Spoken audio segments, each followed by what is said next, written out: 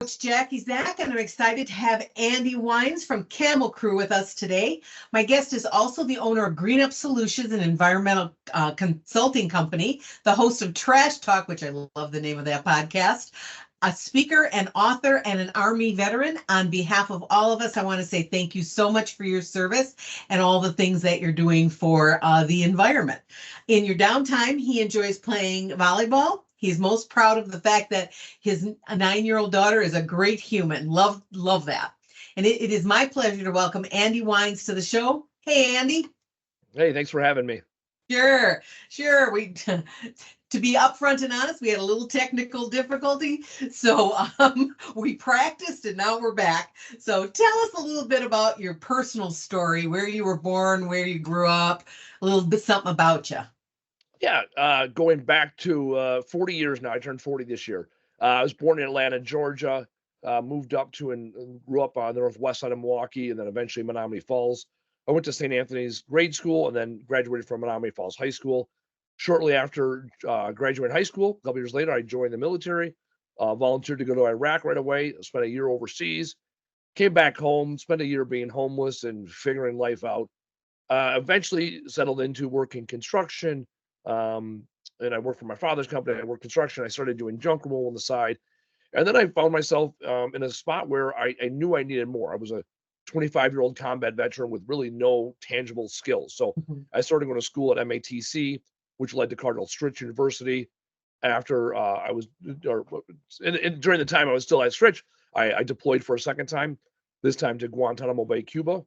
And right before I left for Gitmo, my brother and I sat down at my mom and dad's kitchen table and said that when I come back home, we're starting a business. My goal was to never work for anybody else my entire life.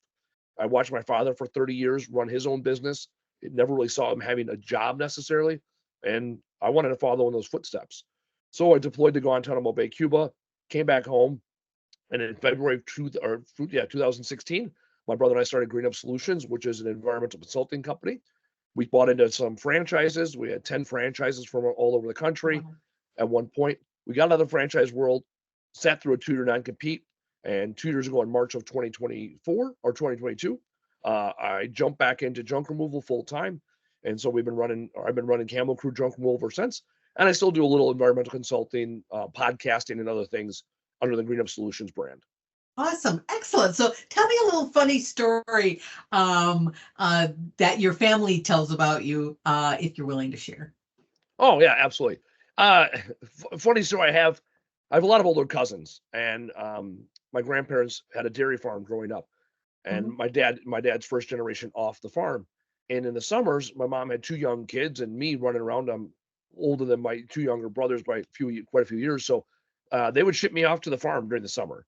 And so when I was in the farm during the summer, throughout the summer, different cousins would stay at the farm, and I was there for the majority of the summer running around. And grandparents had about 400 acres, and there's a lot of space as a 8, 9-year-old to run around when you got 400 acres to work with. And my cousins will often tell the story at weddings and different times that they all watched me growing up, keep an eye on me. The one thing about me though was I would wear the same exact overalls, these like jean overalls, shorts. I would wear them morning, noon, and night every single day, and only them. So I'd be out there running around with my skivvies and overalls. Never wore a shirt. Never had a hat on or sunglasses. Never owned flip flops. I'd put barn boots on to go in the barn.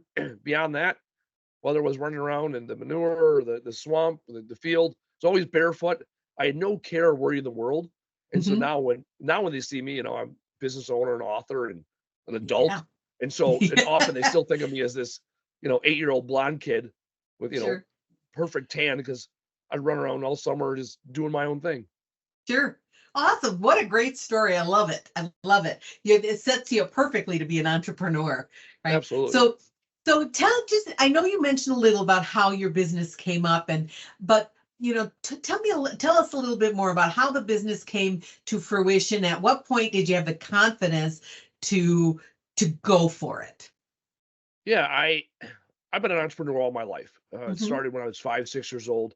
My dad and I would drive around the nice neighborhoods the day before trash day and go through and find treasures. Like to me, that was normal growing up. Jumping in dumpsters, digging through people's trash. getting bikes and appliances and different things off the side of the road was my normal. I had grown up with stories of my great grandfather and how he owned a scrapyard, and recycling's in our blood. I got copper and brass running through my veins. So for me, being an entrepreneur has always been a burning desire. The ember's always been in Right. me.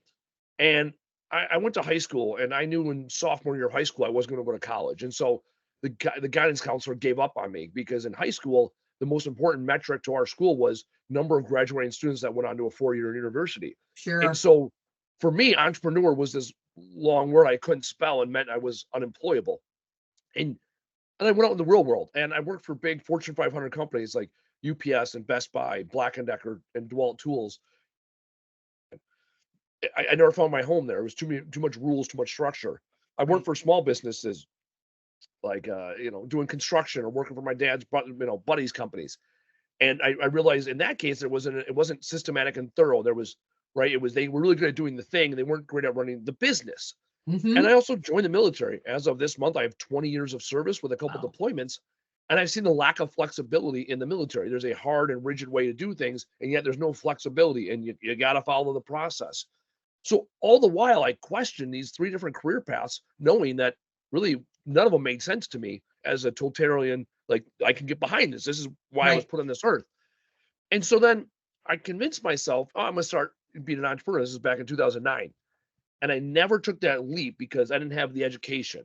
I didn't have the experience. I didn't have the business partner. I didn't have the money. And really, uh, what it came down to was I didn't need those things, because Mm-hmm. eventually I got all those things. I got the experience. I got a bachelor's degree, right? I'd worked for 7 years part-time doing it. I got a bachelor's degree from Cardinal Stritch. I got my brother as a business partner. I had money from my last deployment to start funding the business. And once I took the leap, once I became a full-time entrepreneur, it became blatantly obvious to me I didn't need those things all along. Right. What I needed was the confidence in myself, in my ability to learn, in my ability to figure it out, and market and come up with pricing and sell and perform the job well. Right. All I needed was the confidence. And now to this day, when I look back in my life even in the moment, I say, okay, what am I lacking, Yep. and what do I need? And there's a logical, okay, what's the confidence, or what is the experience I need? Okay, and how do I go get that experience? Oh, I need Mm-hmm. funding. How do I get that funding? So it's not a prevention. It is a, okay, what do I need to do to break through that next ceiling? And once I have the confidence that I'll figure that out and I put the solutions in place, now the world is my oyster. Now I can take Sure. on anything. Wow, that is awesome, because confidence is a big thing for entrepreneurs, right? Yep. It's all of a sudden I want to do it, but I don't know how. And there's not a lot of security when you take that leap, but it's amazing. And congratulations to you for taking the leap. And here we are today, right? Yeah. So tell me a little bit more about Camo Crew. So Camo Crew Junk Removal is a residential and commercial junk removal business here in Butler, Wisconsin. What's different from us and everybody else is we're locally owned. I'm the owner. I'm in the office every day. I'm working with the guys. I'm meeting customers. I'm meeting vendors. So we're very involved. And, a lot in the junk removal space, a lot of the players are franchises, and so they don't have the flexibility to make adjustments to meet the needs of the local consumer. Hmm. Or you get the Chuck and the Trucks of the world, where they Yeah, don't have the experience, they don't have the insurance, they don't have the professionalism to take on a lot of the commercial work that we end up taking on. So that's what right. separates us really from on the front end from a business standpoint. The other thing that separates us, which is more of the story, is the fact that we bring all the material back to our facility here in Butler, and we sort the material, keeping about 80% of it out of the landfill. So traditional junk removal companies take out dump trucks, and that's what they do. They're paying guys to put stuff on a dump truck. It goes up to the hill, the landfill. They dump it out the back end. They pull forward. They close up the gate. They leave, and all the value, the recyclables, the things that can be reused or repurposed, all of that gets lost forever in the landfill. It gets smashed up, covered over, and the hill grows higher every day. Right. And so with us, our model is completely different. We load up box trucks, 24-foot box trucks. We bring them back to our facility. We teach our guys the importance of value of things. We teach them how to load and stack the trucks so that things don't get damaged in transport. And then we're able to reuse, repurpose, recycle all the material when it comes back here, which keeps about 80% of the landfill. And it allows us to be now members of the community, because people in more disadvantaged situations end up getting furniture for free or at a low cost because we're donating it right to charities. People get appliances that are, used and yet refurbished through our partners here in Milwaukee that do that. So we keep all the value in the material by doing things in a different way. So we're solving the same problem. We're getting the Right. material out of your home or business, and yet the way we do it is completely different than everybody else. I love that. It's almost coming full circle, right? I 100%. Yep. love that. That is fabulous. So tell us the story of where someone pushed you or inspired you, so that you could do what you're doing, and what was the impact that it had on you? Yeah, it's daily, and one things I'm working through right now. Actually, this is something I'm working through right now. So, Dr. Mothen Kandula, he's the founder and owner of Advent. Yep. They just they'll celebrate 20 years. He's in the same CEO peer-to-peer roundtable as me. And a couple months ago, we were talking about how much I hate the word junk. Right. And right, because I'm in the recycling world more than I'm in the waste world. And yet the SBA and the consumer looks at us as junk removal. That's what we do, right? It's a relatively new category. The junk removal category is only about 30 years old, which is Mm-hmm. new from an SBA perspective. Mm-hmm. And I'm talking about how much I hate the word junk. I don't like the name junk. I don't want to look at people's stuff as junk. If you look at our marketing, we never refer to people's things as junk. It's unwanted items or, possessions, never junk.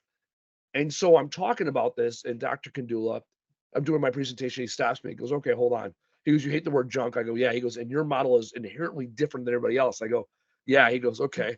Well, then get rid of the word junk." And then I start giving him excuses. Well, I can't because of this and this and this and this. And he goes, "Well, then create a new category." So Mm. matter of fact. Right. And that's exactly what he did. He went from being an ENT to being an Yes. NT, right? He got or not to being I'm sorry, NT. He got rid of the ears entirely. He doesn't even do ears. He hasn't done them in Right. 15 years or whatever it is. And now he doesn't even brand himself as an ENT. He brands himself as the breathing triangle. He helps people breathe better. And Yep. now he's not arguing with other ENTs or dentists or people that give appliances in your face or the people that do sleep apnea because he's not Right. treating those things. He's not treating your ears, nose, or throat. He's allowing you to breathe better. And so Right. now that is the newest inspiration for me is how do I communicate to the customer that what we do is inherently different? And how do we brand that in a way where they can recognize the value and we create another category along the way, which will allow other companies currently doing junk removal to take the leap, to look at themselves as frontline recyclers, to look at a new industry as an opportunity and a possibility where we are the Mm-hmm. ones that keep the things out of the waste stream because we're recyclers before we're waste removal. And so Right. that's it's burning and it's there. And so that was only a few months ago and it's right there. And it's something I'm actively pursuing and researching and I'm gonna figure it out. Awesome. That's fabulous. And I have been following both of you for a long time. So both you and Dr. Kandula, and it's amazing how things have evolved. And you're right. You are not a junk removal. It is all about recycling. It is all about repurposing. It is all about all those things. So what is your biggest learning as a business owner? Oh, uh So many, right? yeah. I'll tell you what I struggle with the most from a learning, right? The greatest area of opportunity is understanding where people are and getting to them to see what I see. And Mm, where I've struggled with that is I was talking to someone earlier today about and it got brought up at lunch. So twice today I've had the same conversation with business leaders. And an area that we both struggle in is to us, there's so many things that are there do not need to be said, right? Because it's inherent. And yet the average person doesn't have that general curiosity right. like we have. They don't have the Right. vision. So where I'm speaking at a certain level and I want to bring people up, I need to learn, hold on, meet people where they're at, Mm-hmm. relate it to what's relatable to them, what matter, right? What's in it for me? So what's in it for them? And then from there, I can get them to elevate their mindset to where I am and where we need to go. It does me Mm-hmm. no good yelling on the mountaintops when people are on the base and cannot hear me. Right. So it's my opportunity to teach them how to climb the mountain and meet them at the base. And so that's the area where I'm learning the most is to understand where people are and meet them there. Right. And because that was going to be my next question is what's the biggest challenge? And who helped you get through that? Oh, it takes a lot of people. I mean, Right. Think a I pay village. a lot of, yeah, I pay a lot of smart people to tell me what to do. Right. Um, so it starts with my business coach, Mervyn Bird. Yeah. He's my Vistage chair, and he's been my coach for the last 4 years. My Vistage team, right? Because they struggle with the similar things. Right. My HR consultant, Blake, he's bridging the gap, right? Because he sees where I'm at, and he knows how to talk to the guys at the base of the mountain. So he's a listening point, right? And he can coach the guys up to get to a certain place where they understand where I'm coming from. And it's also our leadership team here and our guys here. They're consistently telling me, I'll ask them what every day. I want to see the guys, what'd you learn today? I Right. want to see what are they seeing? What are they learning? Because as much as I want them to see what's on the top of the mountain, I also need to understand what's at the base. Right. And so it is everybody I interact with, we have 3 values here at Camo Crew, and one of them is hungry. It's the desire to grow personally and professionally. So Love it. everybody here is expected to want to grow. And if you don't Hmm. want to grow, you're not allowed to work here. It's that simple. Hmm. And that's part with me, right? I learned years ago, for every mentor you have that's 10 years older than you, get one that's 10 years younger than you. And Yep. so it's no different here. For every Dr. Kandula and business coach, I need entry level junkable specialist, day one guy teaching me what he's seeing out there. Right. That's fabulous. So, I know you kind of mentioned all the people, right? If you had to pick 3 people in your business owner journey that you are most grateful for being there for your business growth, who are they? Is there anybody other than who you've mentioned already? Yeah, I mean, the obvious one is my mom and dad. My Hmm. parents, watching them run a business for years. So, Right. I already mentioned them. I mentioned my grandparents. I mentioned these other people. So, like, those are the very obvious ones. So, people not already mentioned that have had a great impact on me. I think about who is it I call when the chips are stacked against me? Who do I Right. call when I'm at my worst? Right? Who do I need to be at their best when I'm at my worst? And there's one gentleman, Michael Rampola. He's a business coach here in the local area. He's phenomenal. I talked to him this morning. He's the guy when I'm spiraling. He's the guy that is there to pick me up. Another one is Brad Herda. He's the guy that checks in on me from time to time. Mhm. Often as business owners, we struggle, and I know I struggle.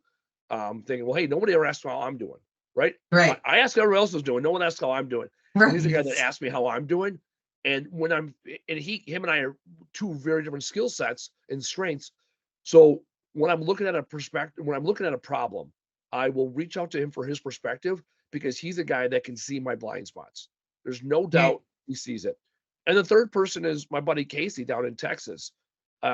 He's my co-host on the Trash Talk Business podcast, a military veteran. So we've struggled through a lot of the same things. And he's the guy that can keep things real for me because he knows who I am. Deep down, we've shared our struggles. And Mhm. so when I tell him I'm up against something, he'll remind me who the fuck I am, how I got here, You're and where I'm right. going. Right. Fabulous. So, what's the next big thing for your business? As you think about the next 1 to 3 years, what is the number one area of growth and development or challenge? Rebranding into something that tells the consumer what we do will solve their Mhm. problem, and how we do it is unlike anybody else. And so that's a great opportunity because a lot of what I've done up until this point is very tactical. It's very in-house. This is an opportunity to go extremely strategic and and, Mhm. and go nationwide, utilizing my platform, with the podcast, and the allies I have in the industry. Is how do we create the standards for a new industry that's more environmentally responsible, and what does that look like? So it's within the sphere of our business, right? I use Camo Crew as the testing lab to ensure the Hmm. processes work, and yet Yep. this is the how do we create a new category? And Right. that's interesting. So, what advice do you have for fellow business owners who are trying to do it on their own? Because you've listed off lots and lots of people who've helped you along the way. What advice would you have for people who are trying to weed through it all on their own? I mean, a couple of things come to mind. First, you're never going to do it on your own, right? Arnold Schwarzenegger is famous Yeah. for they would, oh, you're a self-made man, and I'm not self-made. because he, along the journey, talked to all the people that picked him up, all the people that challenged him. And often with Schwarzenegger, it was his fellow competitors that picked him up. Right? It was the people that his competition are the ones that made him better, because he understood that they're going to make him better and he's going to make them better because they're going to work together. And there's famous stories about that. So first thing, there's no fucking matter or a martyr badge out there. Oh, I had to figure it out on my own. No, that's stupid. Right. And I used to live the martyr badge. Look at all the things that I've done because I worked harder, not smarter. That's stupid. So let's dispel the first thing. You're not going to do it on your own to be successful. There's a old African proverb, right? You want to go fast, go alone. You want to go far, go with others. And so first and foremost, find your tribe, right? So find your tribe. Second bit of advice is the same bit of advice I give to everybody. It's 3 steps. 3 steps to solution to life. It's 12 simple words. Do the fucking thing. Tell the fucking world, and show the fuck up. If you got to bleep those out, by all means. The point is, did you or did you not do the thing? Whatever the thing is, I convinced myself for years I wasn't capable. And as soon as I went out and did the thing, I was. And then once I had the confidence to stand on my own 2 feet and tell the world, I did. And once I showed up, or once I did the thing, once I told the world about it, now I can have the confidence to show up as who I am, authentically myself, and the world will respond to the way it will. There are some people in this world that will never understand me. Let me give them enough data to make that decision quick, fast, in a hurry. Right? There are sometimes the always and the never people in this world. The always people will support you no matter what. That's your mom, right? Great barometer if you want to get buy-in and be always right. The always, you know, right? There's the never people that will never understand you, never care, never get you. Don't use your time on those that will never understand. The goal is to win with the sometimes people. Sometimes they'll understand. Sometimes they'll get you. Sometimes they'll buy from you. What do you need to do so that they join you along the way? And so that's the opportunity. We had an opportunity this morning. We were at the same networking event. I'm in a networking room with 45 people, 45 people, whatever it is. I get up and do my 30 seconds at 7 o'clock in the morning. I'm boisterous. I'm loud. I'm commanding within the room. There are people in that room that don't like me. And you know what? That's fine. I don't need, want, or desire them to like me. I want to speak to the people that have that ember burning inside of them, that want more, and show them that more is available. You are capable of more. All you need to do is show up. Yep. Excellent advice. So it sounds like you've also been blessed with some incredible people who've helped you along your journey. What would you like to say to them? Thank you. Every Monday I do a live show at 3:30 Central Standard Time called Experience Andy Weins Live. And I start every show with a moment of gratitude. I practice gratitude by looking at the people to the left and the right, the things I've been blessed with, and how they got me here. And so the first thing is a short moment of gratitude. Thank you. And continue to do what you're doing. Continue to push me. I haven't made it yet. I'm not even close to where I want to be. And I will not get there without the constant support from the network, the tribe of people that push me to where I want to go. I have a clear idea of where I want to go. I need them to push me in that direction. Me. Pull me if you're already there. Be the beacon if you know the way, right? And allow me to get there with you along my side. Fabulous. Andy, it was such a pleasure speaking with you today. Thank you so much for being on the show. I can't wait for everybody to see our interview together. Excellent. Appreciate having me.